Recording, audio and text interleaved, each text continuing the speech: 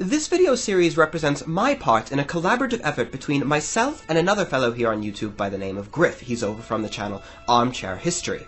He's been putting together an excellent series of animated videos detailing the history of the Crimean War and of that most infamous charge of the Light Brigade. And so while in this video series we might develop a sense of the cultural milieu which pervaded Victorian imperial and foreign policy after the collapse of the Concert of Europe and around this time, it's in Griff's videos that we find the terrible and destructive result of when these ideals met with reality.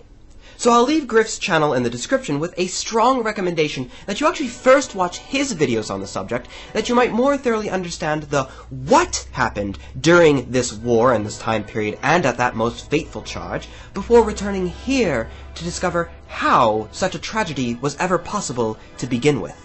Now, advertising aside, on this channel I have something of a habit of mocking and criticizing or otherwise tearing into historical films for the most minute of all possible inaccuracies. And so, for once, I thought it'd actually be nice to talk about something that I do like. And while it doesn't get everything correct, and indeed the film makes many mistakes that I'd normally deride, the 1968 movie The Charge of the Light Brigade is one that I greatly enjoy because I think it captures, and most importantly, it respects the history which it's attempting to portray. And more specifically, the film features a series of animated sequences which contribute an almost surreal sense of caricature to the film. These shorts are amazingly well detailed and provide, I dare to say, an incredibly authentic look at Victorian culture. And for this reason, and that of its thematic appropriateness to the sister videos over at Armchair History, I've decided to use these animations as the medium for our discussion, again, on Victorian culture and foreign policy. With that said, let's begin.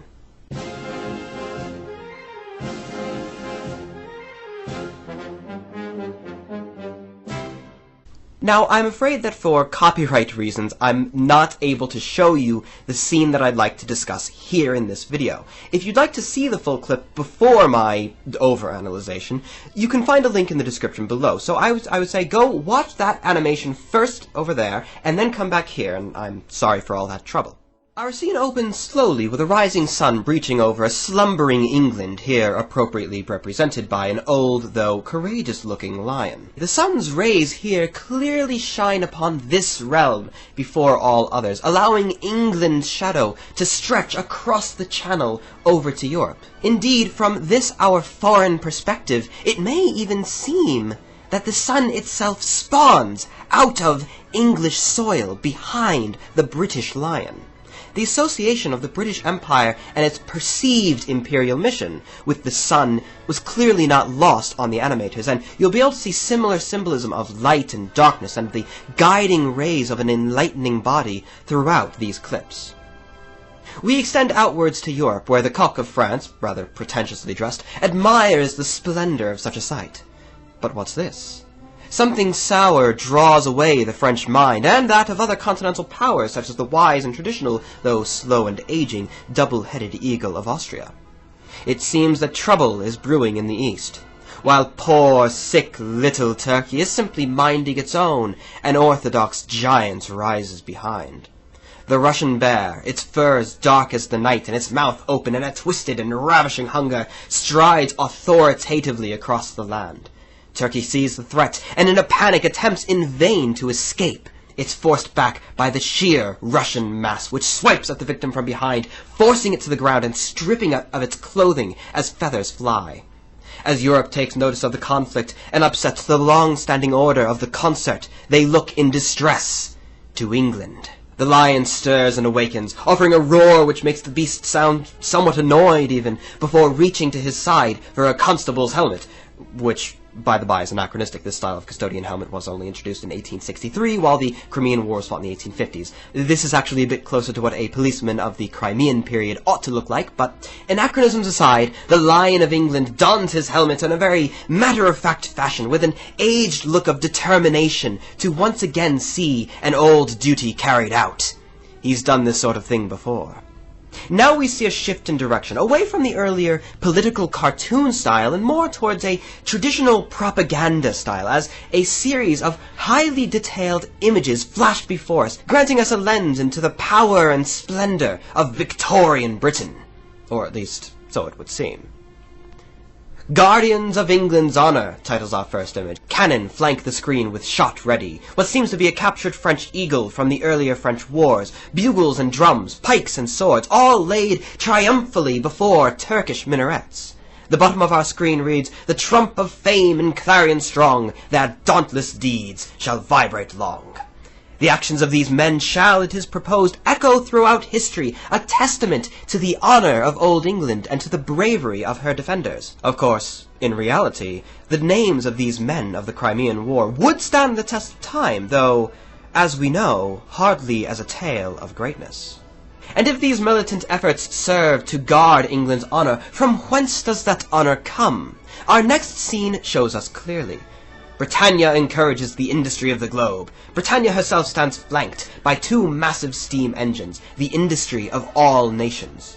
We see at her right a ship, and a boat having ferried passengers from it to Britannia's shore.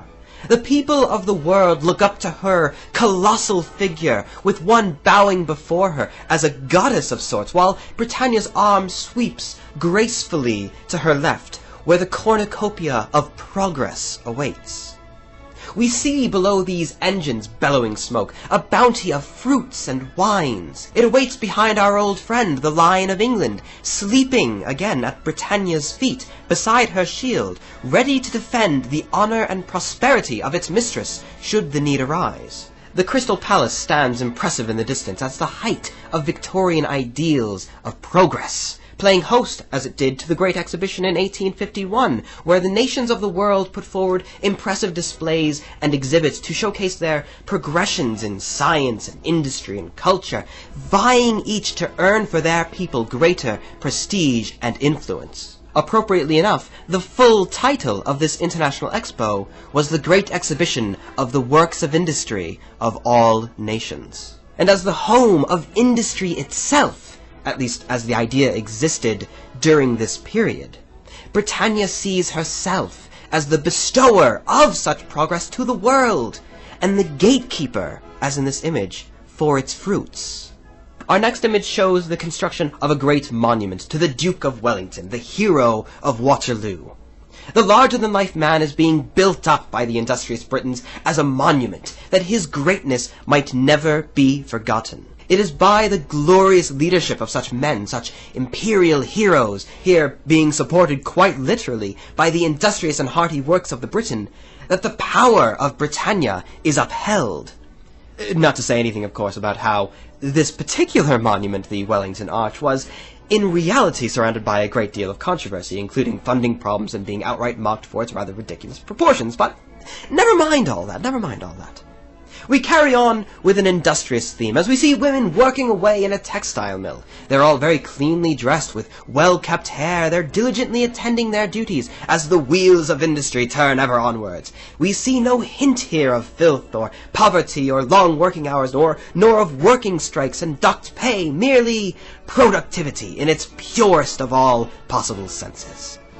As our chorus is first introduced, we see the height of British, Victorian, and industrial glory. Smokestacks fill the sky, pumping charred black smoke into the air, and we see that even the landscape itself becomes irreversibly altered for the purposes of man and the furtherance of humanity.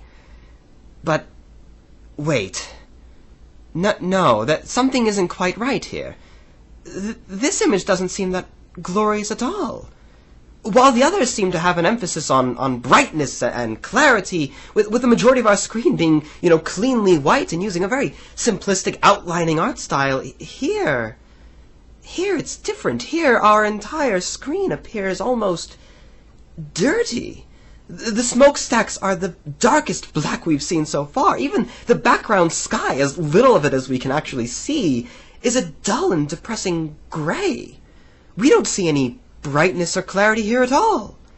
This is the first sign we receive in this animated short that something isn't quite right, that the narrative we're being fed here might not be a wholly honest one. And while the music in the background insists that this image is a one of glory and greatness befitting the honor and splendor of Britannia as it's been displayed thus far, what we see just doesn't seem to fit.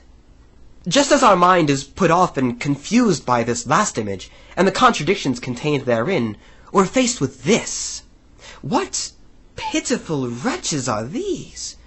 Women and children surrounded by darkness and filth. They're wearing rags and dragging behind them heavy carts laden with coal. Even just looking at this image and thinking through its implications, it's enough to make one's breathing labored in a sense of extreme claustrophobia.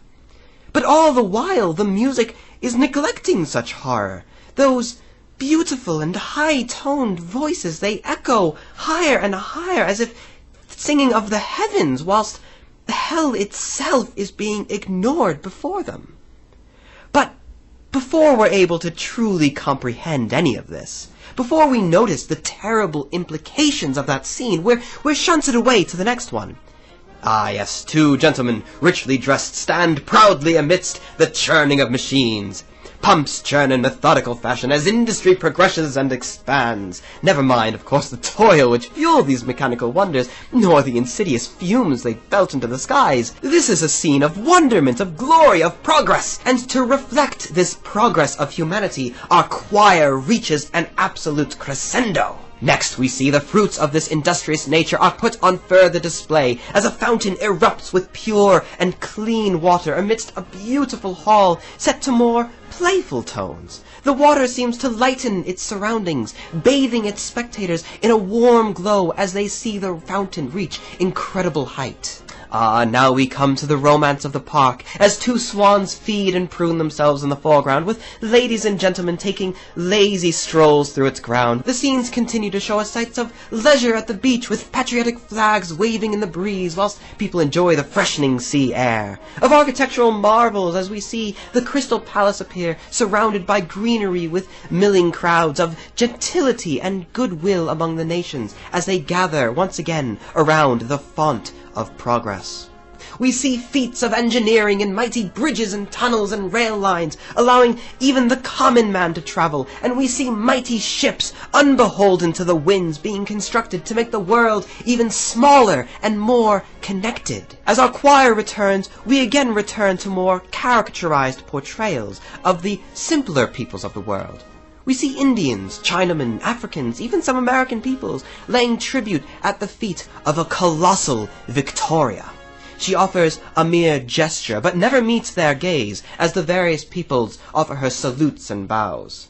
Placed beside Her Majesty, the world, a repetition of the earlier sentiment that Britannia stands as the gatekeeper to commerce, industry, and prosperity. Now see a stocky and powerful John Bull hoisting telegraph wire across the channel, a bridge between the British and French peoples as trade and commerce flows between the two, including, do note, new steamships. Note as well that we are unable to see the Frenchman's face, and he does little to hoist the wire himself. Instead, his arms merely extend outwards like some sort of electric pole, unlike our own strong and hearty British bull.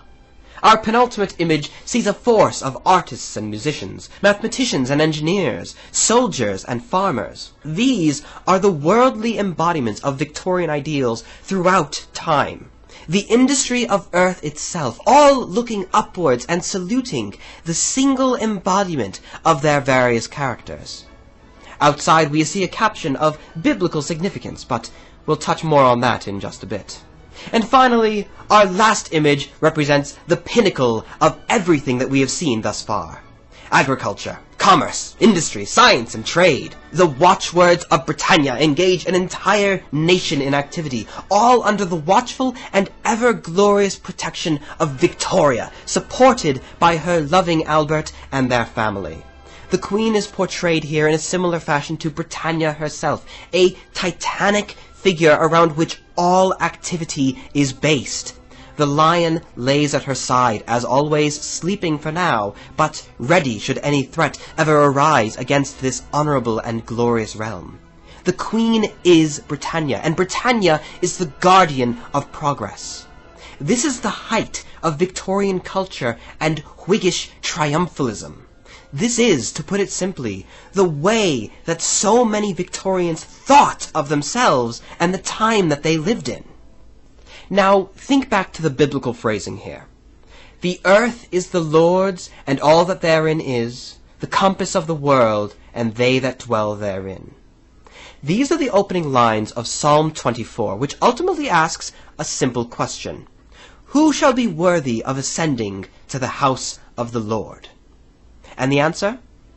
Those of clean hands and pure heart, those without vanity nor deceit, but who walk in righteousness.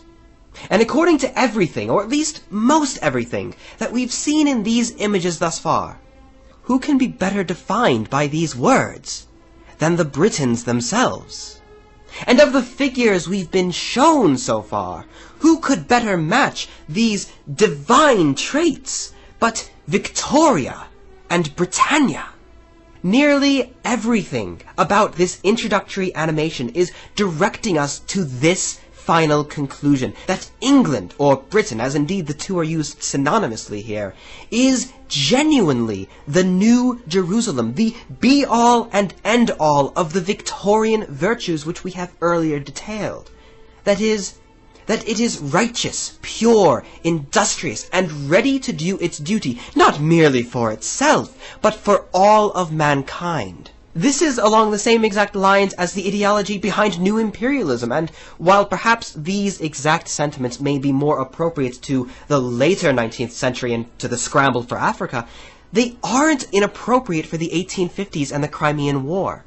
This is a very particular nationalistic vision of humanity which was heavily promoted throughout the Victorian era by all sorts of figures, by military officials, by jingoistic and Whiggish politicians, by aristocratic and entrepreneurial upper classes, and by a rapidly expanding middle class which was becoming increasingly interested in these political and foreign affairs and this certain vision of who they were, of their national identity.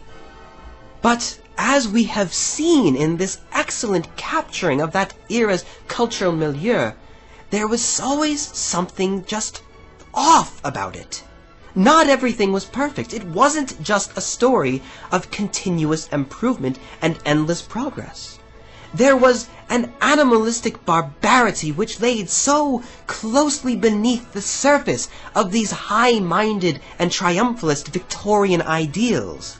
And the hideous nature of this barbarity would become clear, if only for a short glimpse of time, when Britannia sent her people marching to war in a foreign land to the east. This was the subject of the film's second set of animations, and if the dear listener is willing, of our second video on this subject of Victorian culture. But before I depart, I should like to leave you with one final note. The music in this animation. It was just beautiful, wasn't it? It was high and mighty, it was proud, it was as if the singers were inspired by that divine presence of Britannia herself. But, as I think back to it, I don't know that I ever actually heard what those singers were singing about. Now, sure, I hear the odd word or verse here and there, but I'm not able to actually understand the lyrics, and while the tones were clearly loud and boisterous, the quality of the audio made the actual song incomprehensible, broken, even discomforting after a fashion. But surely, with such wondrous imagery, they must have been singing of wondrous things. Mustn't they? Until the next time, my dear viewer, I am and I shall remain your most humble and obedient of servants.